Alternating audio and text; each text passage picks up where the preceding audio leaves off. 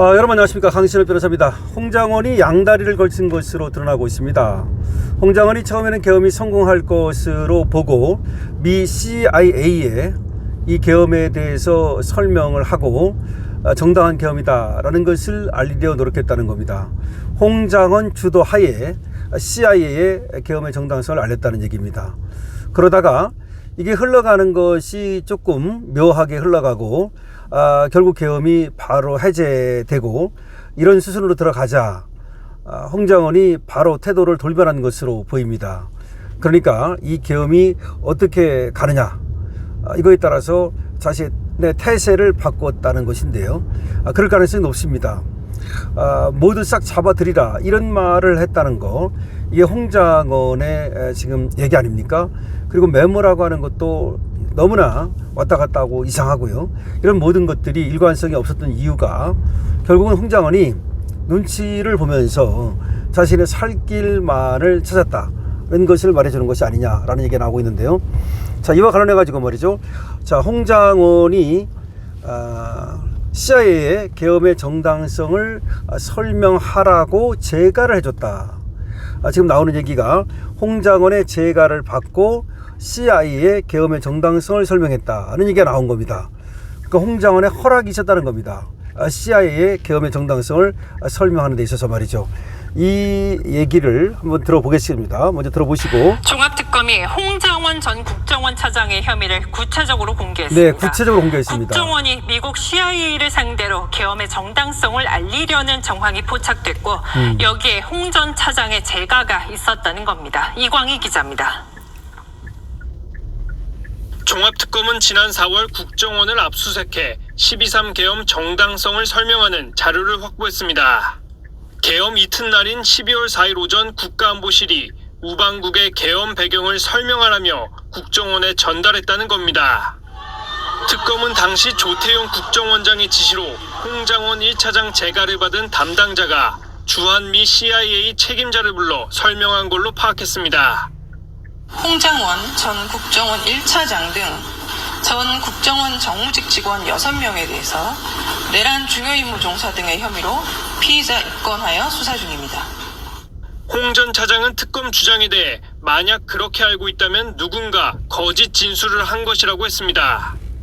홍 전 차장은 계엄 선포 이틀 뒤 김태효 전 안보실 차장에게 윤석열 전 대통령이 대국민 사과를 해야 한다는 문자를 보냈습니다. 사실은 대통령님을 도와드리고 싶었습니다. 하지만 특검팀은 홍 전 차장이 내란에 가담한 걸로 보고 있고 모레 소환 조사할 계획입니다. 네, 지금 홍장원을 소환 조사한다는 얘기입니다. 자, 그러니까 내란 중요 임무 종사자까지 얘기가 되고 있는데요. 여러분 한번 생각해 보십시오. 원래가 뭐 CIA에다가 계엄에 대해서 그 정당성을 설명했다, 그랬다 그래서 그 자체가 내란이 되는지는 의문입니다. 아니, CIA가 미국의 또 중요한 우리의 우방이고 모든 정보를 또 공유하는 곳이니까 국정원이 뭐 그거 말고도 여러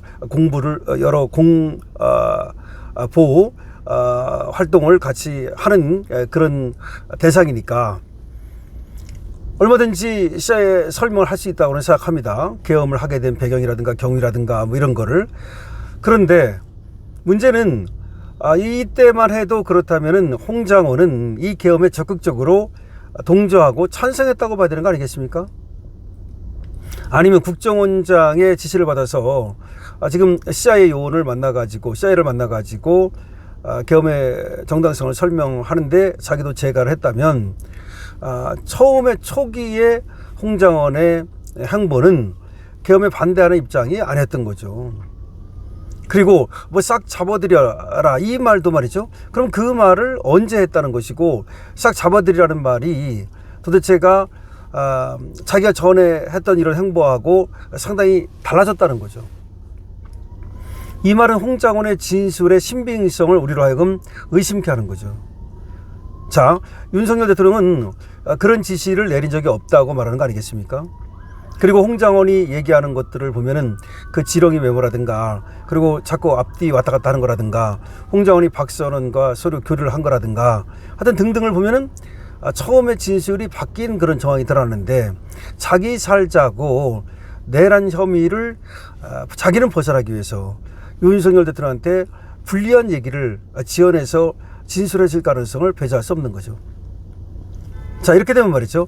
홍 장관은 어차피 내란 중요 임무 종사자로 이제 이 종합특검에 의해서 수사를 받고 기소를 당하고 재판을 받을 가능성이 있습니다. 일종의 국정원장과 함께 이 계엄에 대해서 계엄 사실을 처음부터 알았든 아니면 계엄이 발령되고 나서 바로 알았든 간에 이 계엄에 적극적으로 동조하고 찬성했다. 근데 쟤들은 계엄을 내란이라고 그러니까 물론 계엄이 내란이라고 안 하면 홍 장관도 죄가 없는 거죠. 그런데 쟤들은 계엄을 내란이라고 하잖아요. 그러면 홍 장관도 죄가 있는 거죠. 다시 말해서 윤석열 대통령이 처벌을 받으면 홍 장관도 처벌을 받아야 되는 거죠. 윤석열 대통령 처벌 받는데 홍 장관은 처벌 안 받으면 안 되는 거죠. 한덕수는 처벌 받는데 홍 장관은 빠져나가면 안 되는 거죠. 그런 원리예요. 그러니까 홍 장관이 아무래도 처음에 윤석열 대통령 편에 서가지고 행보를 하다가 사정이 불리해지자 이 국정원 이 인사들은 또 그 국회의원들하고도 다 통하지 않습니까? 자기하고 이제 잘 통하는 그리고 박선원은 국정원 출신이잖아요.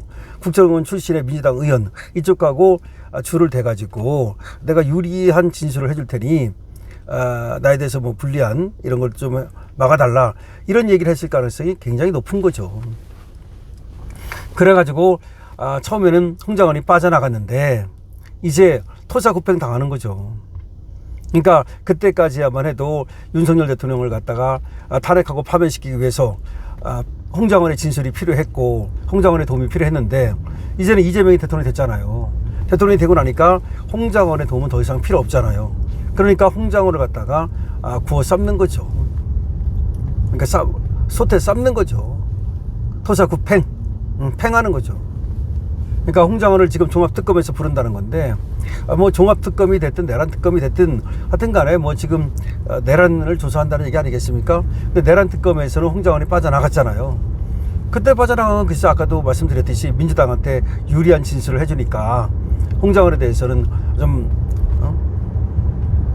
봐줬다, 눈 감아줬다, 덮어줬다 뭐 그런 얘기인데 이제 윤석열 대통령은 권력을 잃고 감옥 갔고 이재명은 권력을 잡았고 그러니까 더 이상 봐줄 필요가 없으니까 팽시켜가지고 홍 장관이를 결국 이제 불러가지고 수사를 하고 기소를 하고 감옥에 보내겠다는 얘기 아니겠습니까?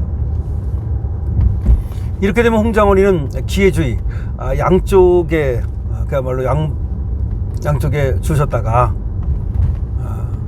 그래서 자기 살려고 이리 갔다 저리 갔다 하다가 결국은 실패하고 감옥에 가는 신세가 됐다 이렇게 볼 수가 있는 거죠. 자, 종합특검이 홍 장관을 소환합니다. 그런데 내란 중요 임무 종사자 혐의입니다. 다시 말해서 국정원 조태영의 지시를 받아가지고 자기가 CIA에다가 계엄의 정당성을 설명하도록 그렇게 제가를 했다는 겁니다.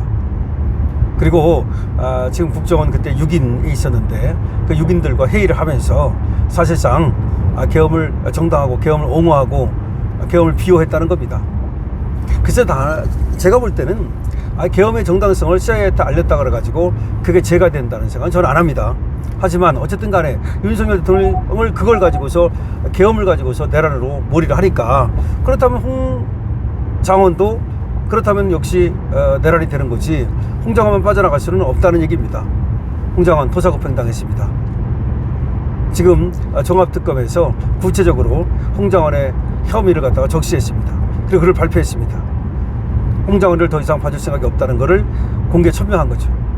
역시 배신자의 말로는 또 배신을 당하네요. 자기가 배신하니까 자기도 민주당한테 배신을 당하고 이제 감옥 가서 서럽게 울 일만 남은 것 같습니다. 강시험태입니다. 좋아요, 구독을 부탁드립니다.